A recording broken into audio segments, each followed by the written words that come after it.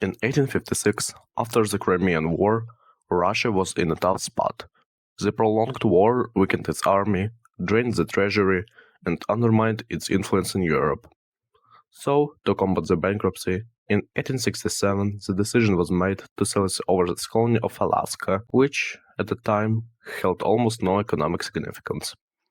USA was the one to buy the territory, as they seen the potential for Alaska to be rich in mineral materials and as a way to expand their territory. Soon, gold was found in Alaska, causing a massive wave of people eager to find treasures in freezing cold lands of the state, making Russia regret its decision for selling Alaska. But what if Alaska was sold, but not to the US? A lesser-known fact is that Russia initially approached Liechtenstein with an offer to buy the land. But Prince John II refused the offer, as Alaska was far away from Liechtenstein and it would have a hard time maintaining the colony. So the offer was ultimately rejected. But what if it didn't? What if Liechtenstein actually acquired a piece of land 10,000 times larger than itself? Today, we're gonna explore just that. Before we start the scenario, it's worth mentioning that John II would most likely just sell Alaska for profit to US or Britain. But I won't explore these possibilities, as they are boring.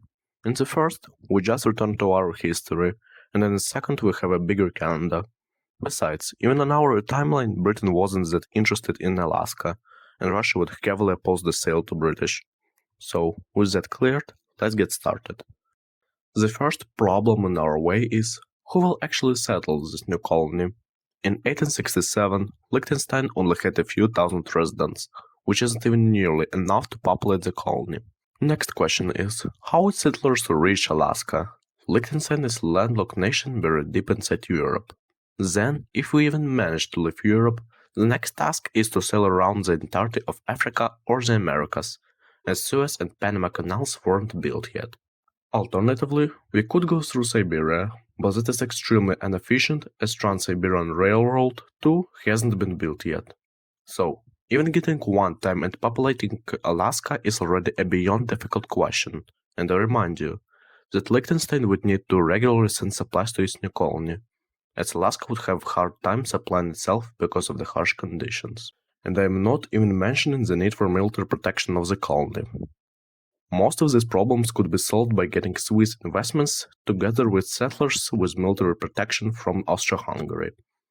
Yes, that would make Alaska a de facto Austro-Swiss colony, but that is the only way if we don't want to sell Alaska. So, here we run again into the fact that Liechtenstein would much rather resell Alaska to Austria or even better, North German Confederation, soon to be German Empire. I won't discuss the possibility of selling the colony to Austria, as nothing would drastically change from a development perspective. Besides, I think the Austrian Emperor might actually prefer not buying the colony, as either way it would be controlled by Austria. Adding to that, the Hungarian portion of the empire was heavily opposed to having overseas colonies of any kind, so Liechtenstein Alaska would be a loophole in such a system. On the other hand, Alaska under the control of German Empire would change a lot from economic and military perspective, but I won't cover it in this video, as we will soon see that not that much would change in the politics. Returning back to the scenario, Austrian Emperor would be really enthusiastic about a newly gained Alaska, seeing it as the only ticket for Austria into the colonial game. This might even slightly shift his focus from the Balkans to the New World. It is further intensified when gold is discovered there in 1896, and a new wave of settlers come to the state. A newfound value for Snow Wasteland intensifies Austrian grip on it and Swiss investments. It's also worth mentioning that the more involved Austria-Hungary in the colonial game from early on can boost their chances in getting land during the scramble for Africa. Most likely getting territory in Somalia, as they desired it even in our timeline, and with Alaska being already their de facto colony, having a colony in the Pacific may serve as a station for better supply in Alaska. But let's shift our focus to the actual owner of Alaska, Liechtenstein. What are the benefits and drawbacks for them? To start off, even though constitutionally they are owning all of this, instead it's more of a this. Why? Well, it's because of the way we solved the problems mentioned at the beginning. Yes, we managed to settle and feed Alaska, But these settlers and feeders are majority Swiss, and Austrian, and Hungarian, and Polish, and other nationalities of the empire. We didn't fix the fact that Liechtenstein didn't have the capabilities to colonize anything. We didn't fix its small population or its weak agriculture-based economy. But, still, I would be lying if I said that poor Liechtenstein didn't get anything in return. They are still collecting taxes from settlers, and they are still selling fur and wood. Maybe even in the form of luxurious furniture, to up the price. The last but not least, we need to discuss Liechtenstein's role in geopolitics. The first major event they could participate in is World War I. There could be made arguments for and against its participation in war. They could join on the side of Central Powers, as Austria, and by that time Germany, were the military protectors of Alaska. Still, German powers may consider assault on Canada unnecessary and as a waste of time. So, I will cover both possibilities of Liechtenstein's actions during the First World War. Enjoy! The first scenario I want to discuss is the one with neutral Liechtenstein. If the small nation was to remain neutral, almost nothing would change about the war itself. Maybe Central Powers performing slightly worse in the beginning, as now they need to pull some of their forces from Alaska. The peace after the war also wouldn't be changed too drastically. The only thing I can say is German and Austrian troops in Alaska would be swapped for British and or American ones.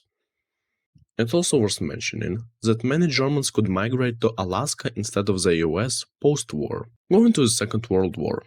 Because now Liechtenstein is more politically active nation with majority-speaking population, it would most likely get invaded by Germany, with its government operating from exile. Other than that, the Second World War would play exactly the same. In the following years, Alaska either becomes a US state or an independent country, as Liechtenstein has absolutely no power to hold or maintain it. Speaking of which, the most probable outcome for them is a great economic stagnation, as by that point most of the income came from Alaska, and such sudden loss of it, probably through revolution, would have terrible consequences for Liechtenstein. But let's get back a few decades prior and discuss the possibility of Liechtenstein joining the Central Powers, striking the Canadian West. Liechtenstein would enter in 1914 right after the British. Initial German push would cause some trouble for Britain, but in the long term, Liechtenstein and Alaska would fall, as the British were prepared for such an offensive. Adding to that, population of Alaska is around a few thousand by 1914, not even comparing to Canada's 7.8 million. Also, Japan wouldn't miss the chance of expanding their Pacific Empire and attack from the west. In the peace treaty, I expect southeastern Alaska to go to the Japan, while the rest either becomes a British protectorate or directly annexed into Canada. During the Second World War, Japanese may do some land attacks into Canada or the US, but this wouldn't be merely enough to change anything about the war. The territory is encircled, and it would just add another frontline to commit people for, which Japanese didn't even have for China. After the war, I could see a few possibilities for Alaska.